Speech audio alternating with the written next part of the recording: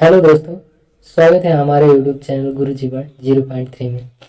तो दोस्तों, ये 20 मिनट की वीडियो आपके लिए अति महत्वपूर्ण होने वाली है। बीपीएससी टीआरई 2 का यह दूसरा प्रैक्टिस सेट है।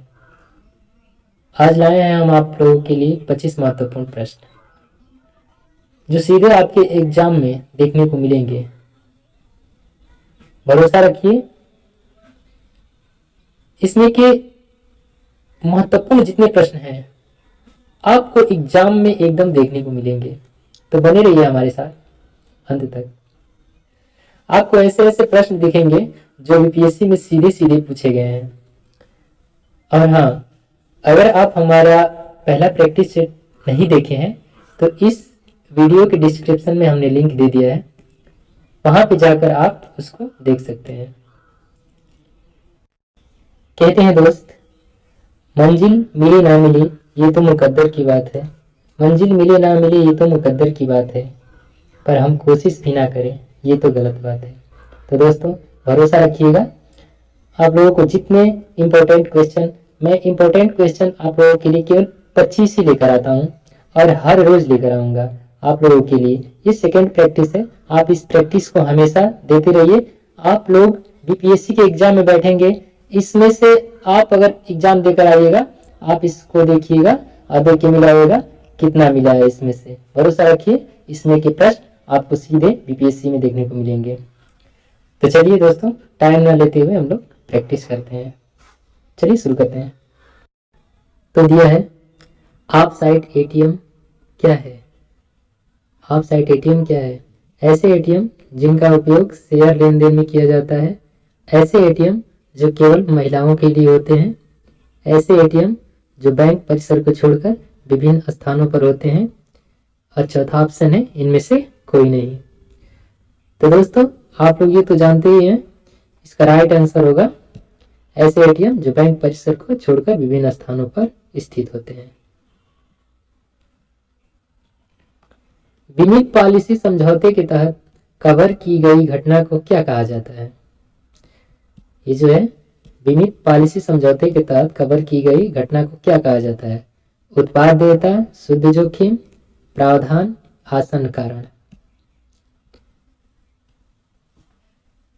तो दोस्तों, इसका राइट आंसर है ऑप्शन नंबर 3, प्रावधान।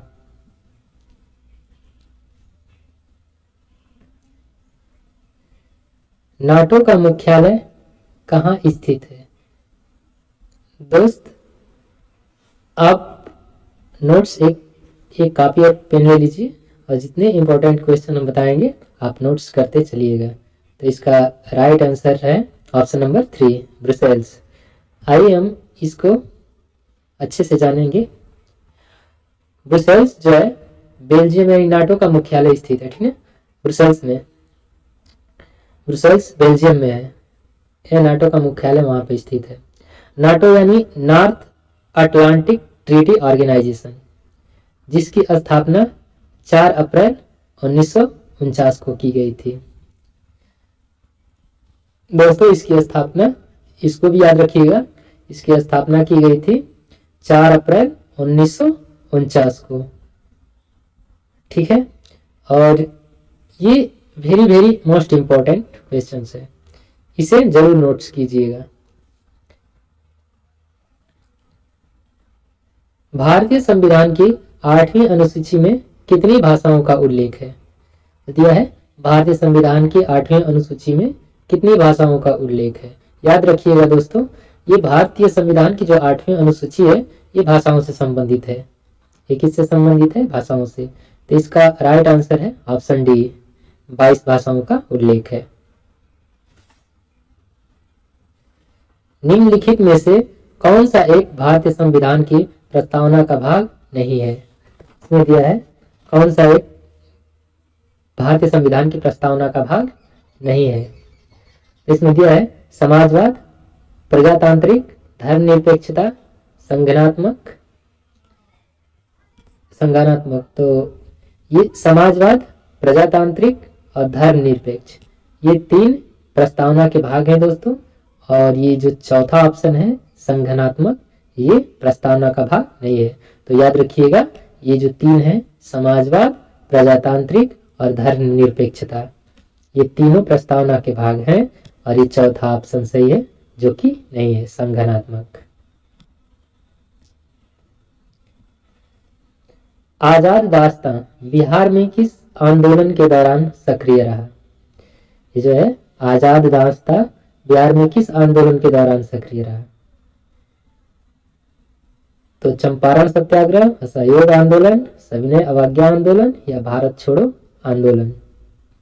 दोस्तों 1942 ईस्वी में भारत छोड़ो आंदोलन शुरू हुआ था और जो जयप्रकाश नारायण थे और बिहार में वो जेल तोड़कर निकल गए थे और उन्होंने ही आजाद दास्तां का गठन भी किया था।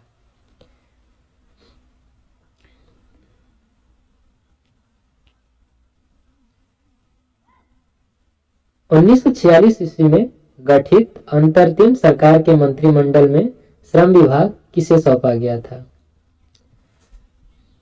तो जगजीवन राम, डॉक्टर राजेंद्र प्रसाद, डॉक्टर अनुग्रह नारायण सिंह, सैयद अली जाहिर। दोस्तों इसका राइट आंसर है जगजीवन राम को। जगजीवन राम को 1946 में श्रम विभाग सौंपा गया था और अन्य उपलब्धियां जो अन्य विभाग थे, डॉक्टर राजेंद्र प्रसाद, डॉक्टर अनुग्रह नारायण सिंह और सैयद अली जाहिर को भी सौंपे गए थे। आइए इसको हम लोग डिटेल में देखते हैं।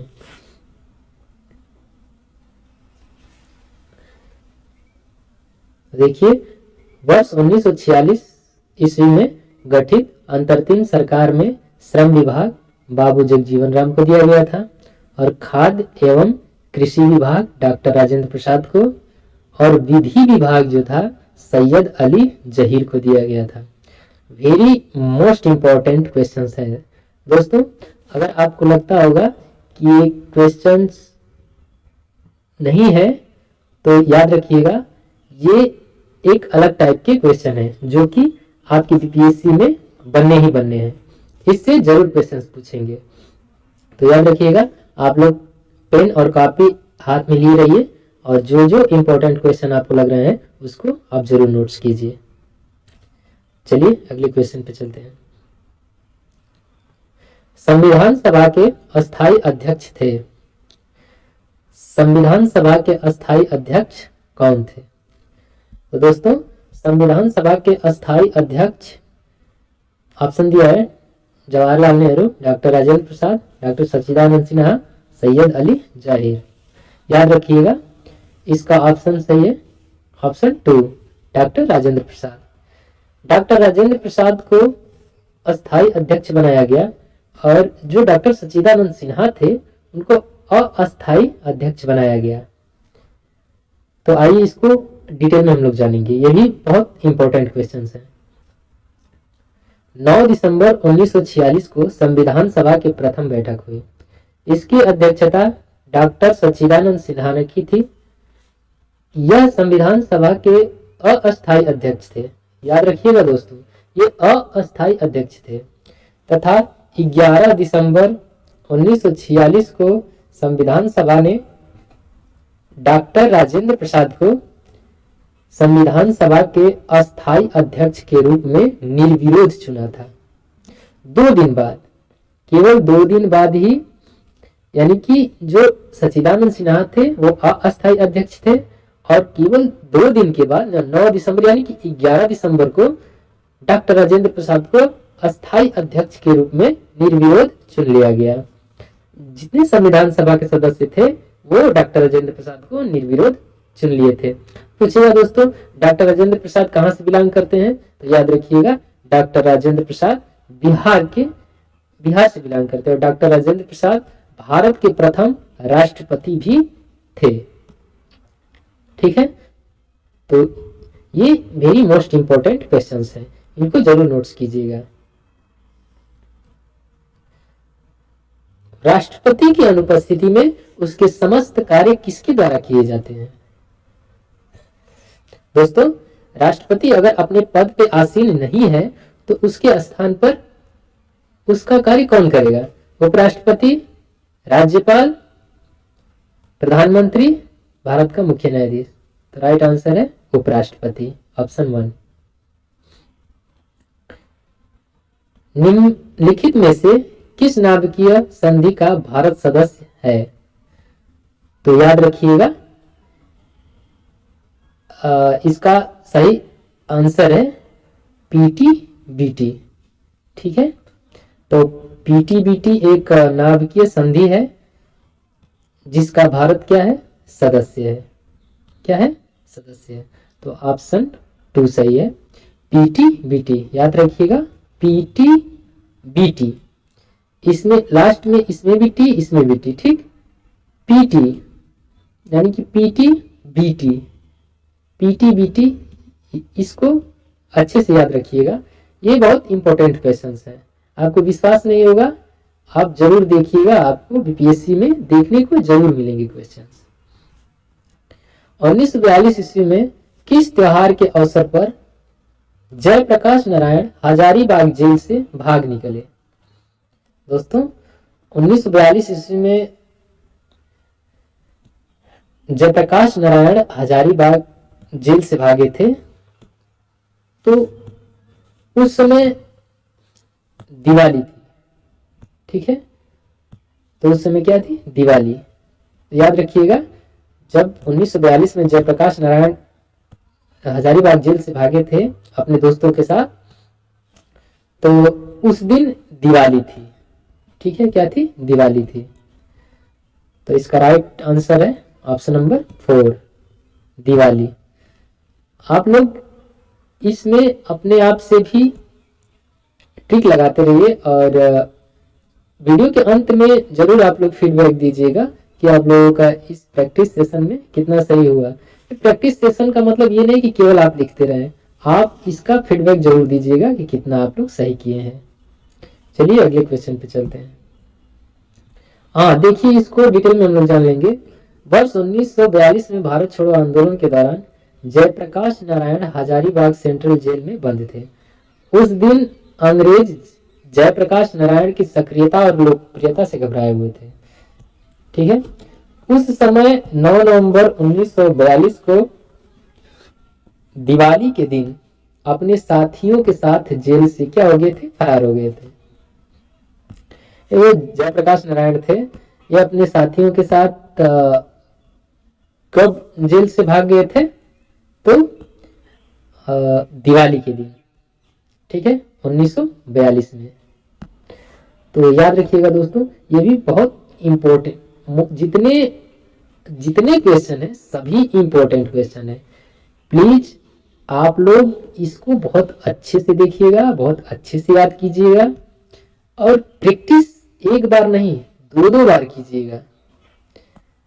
यार, आप लोगों के लिए मेहनत हो रही है और आप लोग इसे जरूर एक बार 2 बार, जितनी बार आपको हो सके इसका प्रैक्टिस कीजिएगा और जाइएगा। आप लोग देखिएगा, विश्वास के साथ हम कह रहे हैं, आप लोगों को ये देखने को मिलेंगे, सारे के सारे क्वेश्चन देखने को मिलेंगे। सारे के सारे तो नहीं कह सकते हैं लेकिन आप लोगों को इसमें इंपॉर्टेंट क्वेश्चन आपको देखने को मिलेंगे बीपीएससी में।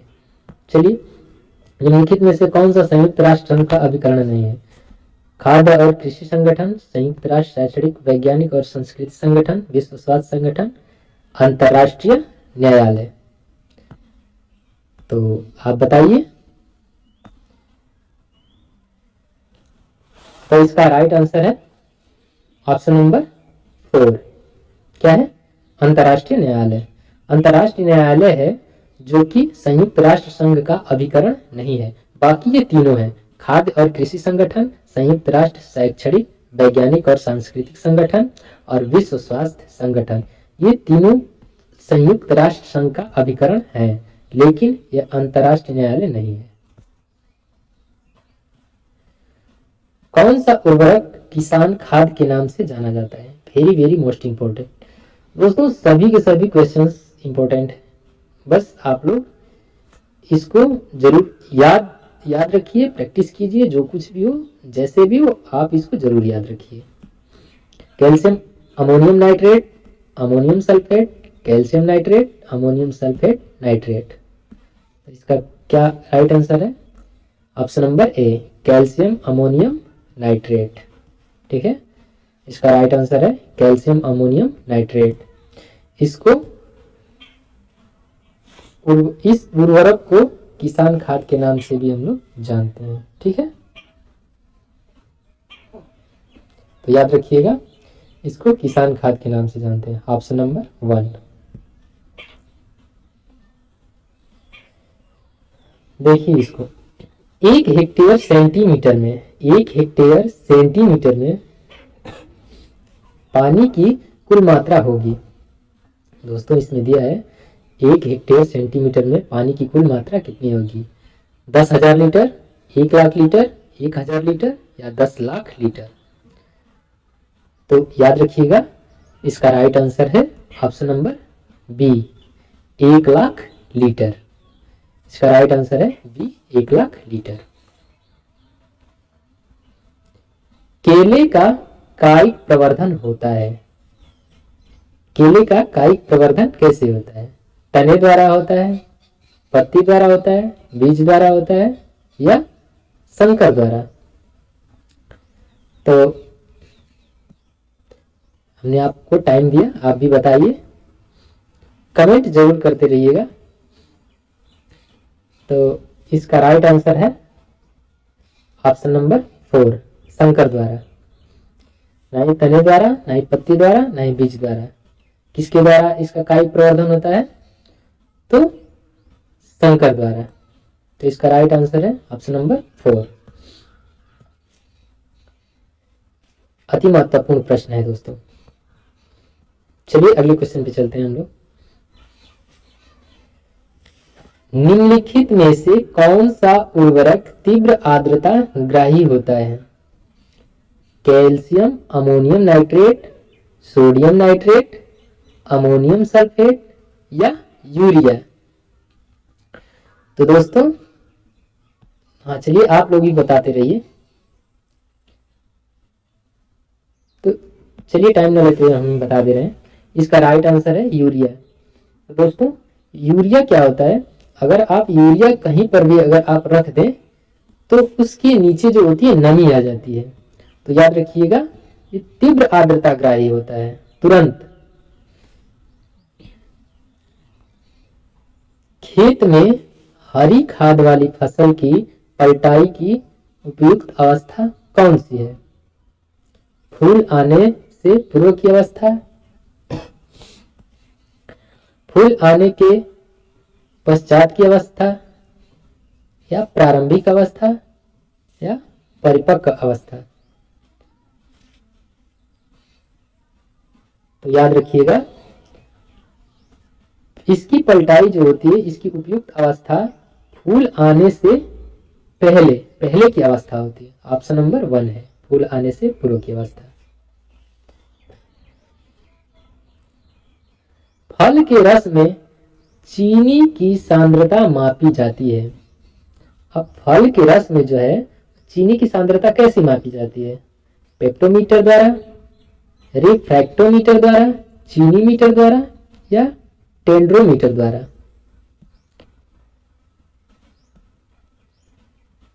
तो याद रखिएगा दोस्तों, इसका राइट आंसर है रिफ्रैक्टोमीटर द्वारा। किससे मापा जाता है? रिफ्रैक्टोमीटर द्वारा। जैसे फल हम लोग खाते हैं, जो उसमें मिठास होती है उसकी सांद्रता की बात कर रहा है।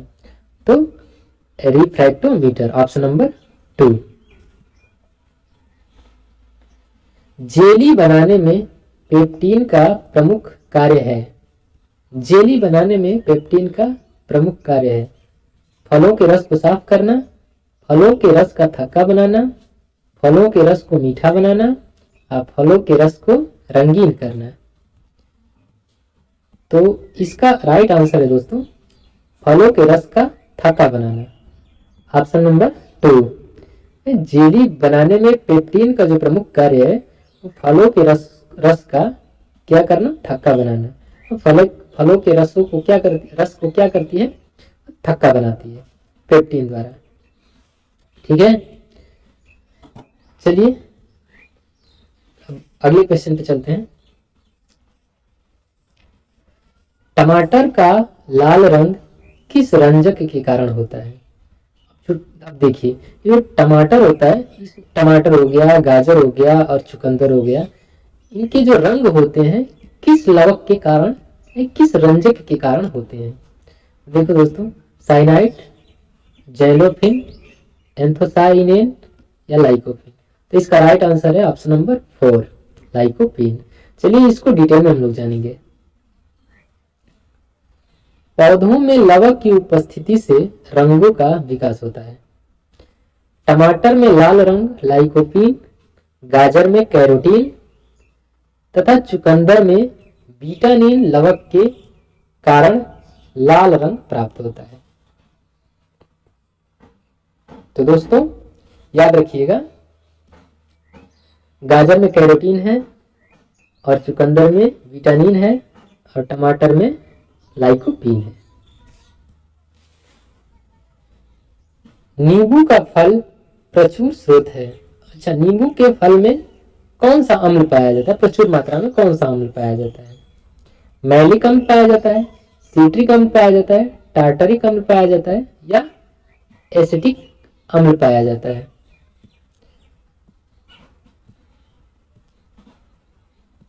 तो इसका राइट आंसर है दोस्तों सिट्रिक अम्ल। नींबू का फल में प्रचुर मात्रा में सिट्रिक अम्ल पाया जाता है। ये खट्टे फलों में ही पाया जाता है सिट्रिक अम्ल। और ये जो खट्टे फल होते हैं ये विटामिन सी के प्रमुख स्रोत होते हैं, तो इसमें विटामिन सी भी पाया जाता है। केंद्रीय एग मार्क प्रयोगशाला कहाँ अवस्थित है? अब देखिए दोस्तों, ये जो एग मार्क है ये किसी प्रोडक्ट की गुणवत्ता को बताने के लिए लगाया जाता है, एग मार्क। तो केंद्रीय एग मार्क प्रयोगशाला कहाँ अवस्थित है? पुणे में, बेंगलुरु में, नागपुर में या लखनऊ में? तो याद रखिएगा दोस्तों, इसका राइट आंसर है नागपुर। ठीक है, ऑप्शन नंबर 3। ऑप्शन नंबर 3 में इसको नागपुर में केंद्रीय एग मार्क प्रयोगशाला स्थित है। चलिए अगले क्वेश्चन पे चलते हैं। किस वर्ष नसीरुद्दीन ने बिहार का शासन ख्वाजा जहां को सौंप दिया था? पूछ रहा है किस वर्ष नसीरुद्दीन ने बिहार का शासन ख्वाजा जहां को सौंप दिया था? 1990 में, नहीं 1390 में, 1394 ईस्वी में, 1270 में, 1294 में? तो याद रखिएगा दोस्तों, इसका राइट आंसर है ऑप्शन नंबर 2, 1394 में। नालंदा विश्वविद्यालय को किसने ध्वस्त किया था? Very very most important question दोस्तों, सारे के सारे क्वेश्चन इंपोर्टेंट है, मैं दावा के साथ कह सकता हूं। आप लोग बस वीडियो के लास्ट तक बने रहिए। तो इसका राइट आंसर है बख्तियार खिलजी। आइए हम लोग बख्तियार खिलजी के बारे में डिटेल में हम लोग जानेंगे। बिहार में मुस्लिम प्रभुत्व की स्थापना का श्रेय बख्तियार खिलजी को ही है।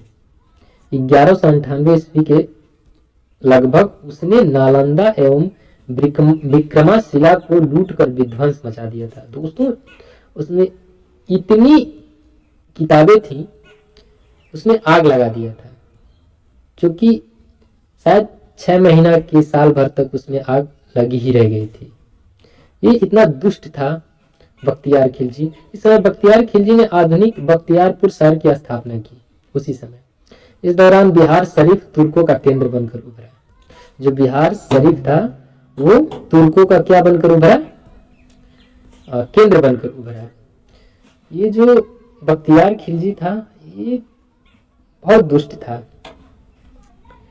ये इतनी अच्छी अच्छी किताबें जो कि नालंदा विश्वविद्यालय में थी, विक्रमशिला में थी, उस सबको, उसमें से जितने मतलब उसके काम के थे वो ले लिया और जितने उसमें किताबें थी सब पे आग लगा दिया, सबको जलाकर राख कर दिया। ये इतना दुष्ट था। और दोस्तों बख्तियारपुर याद रखिएगा, इसने ही बख्तियार खिलजी ने बख्तियारपुर शहर की स्थापना की थी। ठीक है, बख्तियारपुर शहर की स्थापना की थी। चलिए अगले क्वेश्चन पे चलते हैं।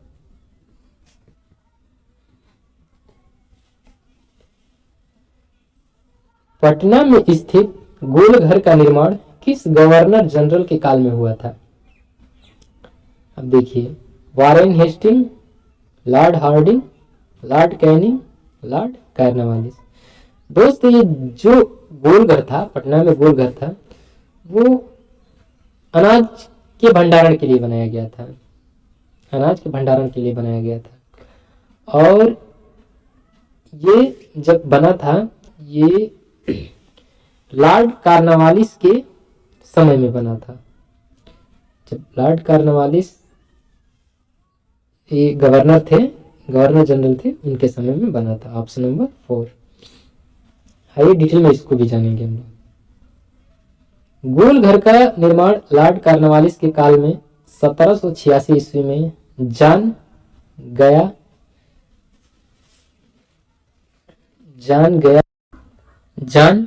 गायटिस्टन ने कराया था।